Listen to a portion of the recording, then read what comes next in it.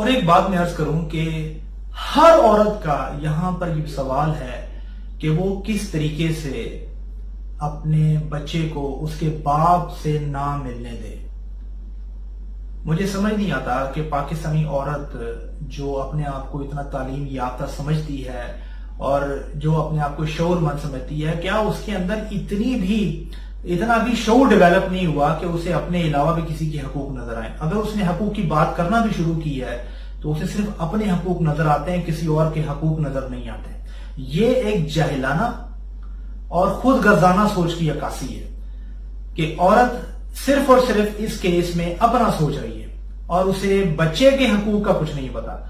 وہ اگر بچے کی کسٹوڈین ہے تو بچے کے رائٹس کو پورا کرنا بھی اس کی ذمہ داری ہے، اور یہ بچے کا سب سے بڑا رائٹ ہے کہ اس کو نان کسٹوڈین پیرنٹ، جو کہ زیادہ تر کیسز میں باپ ہوتے ہیں، تک ایکسس دی جائے تاکہ بچے کا بانڈ اپنے باپ کے ساتھ بھی بنے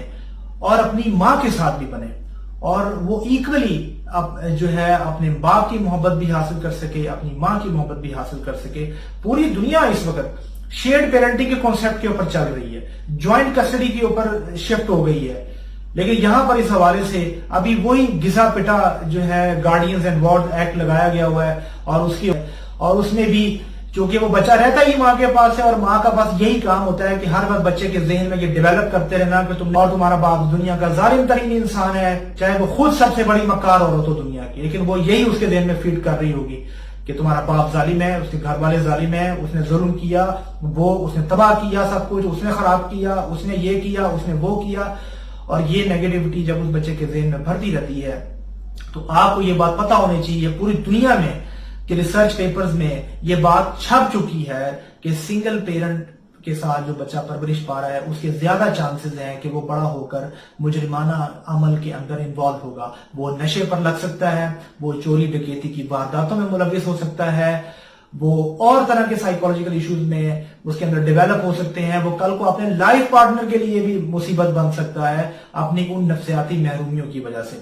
تو پاکستان کی عورت کو یہ بات کیوں سمجھ نہیں آتی کہ جس طرح ان کا حق ہے اپنی اولاد کے اوپر، اسی طرح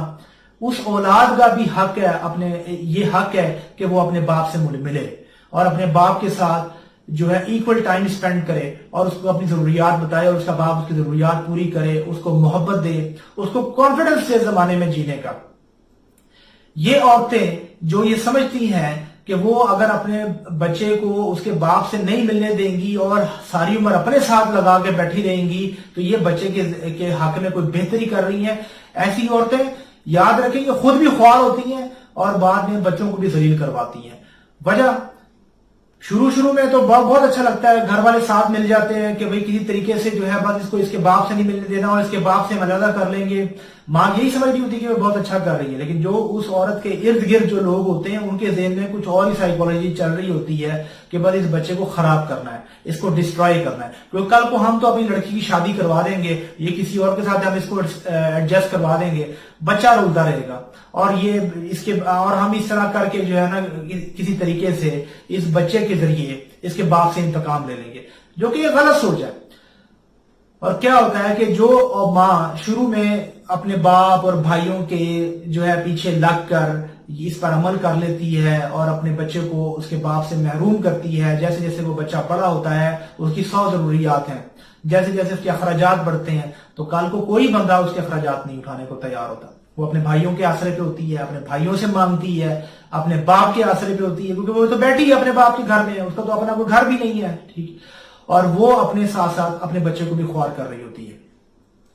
دوسری بات یہ ہے کہ جو بچے کا حقیقی باپ ہے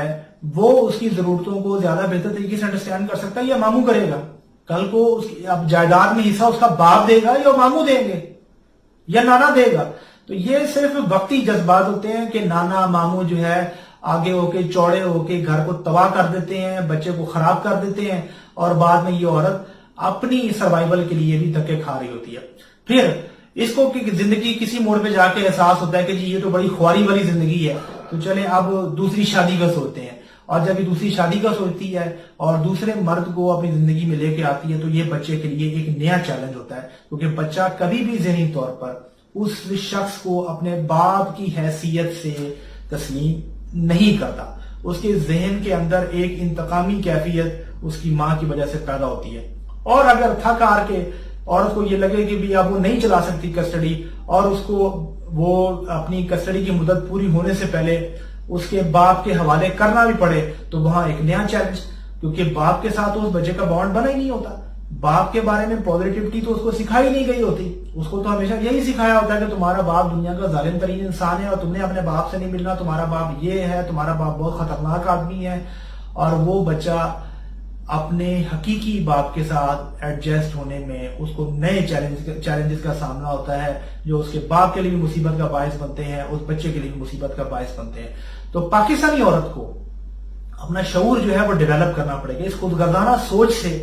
باہر نکلنا پڑے گا اگر وہ واقعی اپنے آپ کو تعلیم یافتہ اور شعور مند سمجھتی ہے، کیونکہ اسی میں ہم سب کی بہتری ہے. یہ بچے قوم کا مستقبل ہیں،